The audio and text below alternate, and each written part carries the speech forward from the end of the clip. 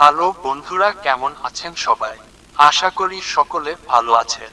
আমি Mohsin graphics design BD টিউটোরিয়ালে আপনাকে জানাই স্বাগতম। আজকে আমি আপনাকে দেখাবো কিভাবে অ্যাডোব ইলাস্ট্রেটর এর সাহায্যে Airbnb লোগোটি ডিজাইন করা যায়।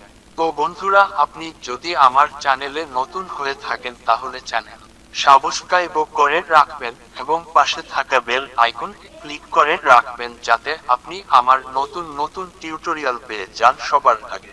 তো বন্ধুরা, যাওয়া যাক মূল টিউটোরিয়ালে। প্রথমে আমি টুলবার অপশন থেকে এলিপস টুল নিলাম। মাউসের বাম বাটন সিঙ্গেল ক্লিক করলাম। এখানে উইডথ 500 পিএক্স এবং হাইট 200 পিএক্স টাইপ করে ওকেতে ক্লিক করলাম।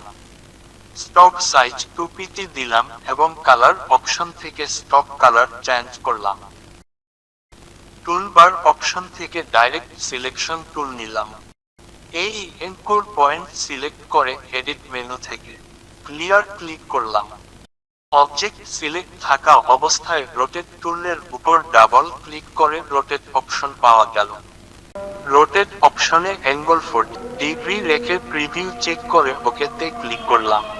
অবজেক্টের উপর মাউসের ডান বাটন সিঙ্গেল ক্লিক করে অ্যারেঞ্জ এরপর রিফ্লেক্ট ক্লিক করলে রিফ্লেক্ট অপশন পাওয়া যাবে। রিফ্লেক্ট অপশনে অ্যাঙ্গেল 90 ডিগ্রি রেখে কপিতে ক্লিক করলাম। এই অবজেক্ট সিলেক্ট করে মাউসের সাহায্যে ডানপাশে মুভ করে শিফট বাটন হোল্ড রেখে অবজেক্ট এখানে বসিয়ে দিলাম। অবজেক্ট সিলেক্ট করে মাউসের সাহায্যে মুভ করে অবজেক্ট এখানে বসিয়ে দিলাম। টুলবার অপশন থেকে পেন টুল সিলেক্ট করলাম। পেন টুলের সাহায্যে এই এনকোর পয়েন্ট ক্লিক করলাম এবং এই এনকোর পয়েন্ট ক্লিক করলাম। ডাইরেক্ট সিলেকশন টুল নিলাম। এই এনকোর পয়েন্ট দুইটি সিলেক্ট করলাম। মাউসের সাহায্যে এনকোর পয়েন্ট দুইটি ভিতরের দিকে ড্রাগ করে পয়েন্ট রাউন্ড করলাম। আবার টুলবার অপশন থেকে পেন টুল সিলেক্ট করলাম। পেন টুলের সাহায্যে এই এনকোর পয়েন্ট ক্লিক করলাম। এরপর এখানে ক্লিক করলাম এবং এই এনকোর পয়েন্ট ক্লিক করলাম। ডাইরেক্ট সিলেকশন টুল নিলাম।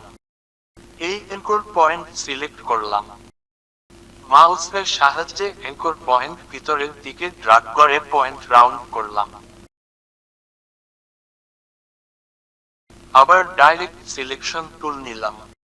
এই এনকোর পয়েন্ট দুইটি সিলেক্ট করলাম।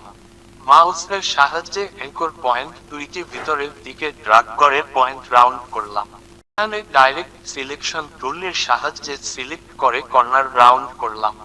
অবজেক্ট সিলেক্ট থাকা অবস্থায় স্টক সাইজ বাড়িয়ে দিলাম এবং কালার অপশন থেকে স্টক কালার চেঞ্জ করলাম।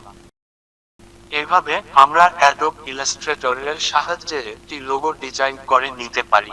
তো বন্ধুরা, আমার টিউটোরিয়াল যদি ভালো লাগে তাহলে ভিডিও লাইক করবেন এবং ভিডিও বন্ধুদের সাথে শেয়ার করবেন।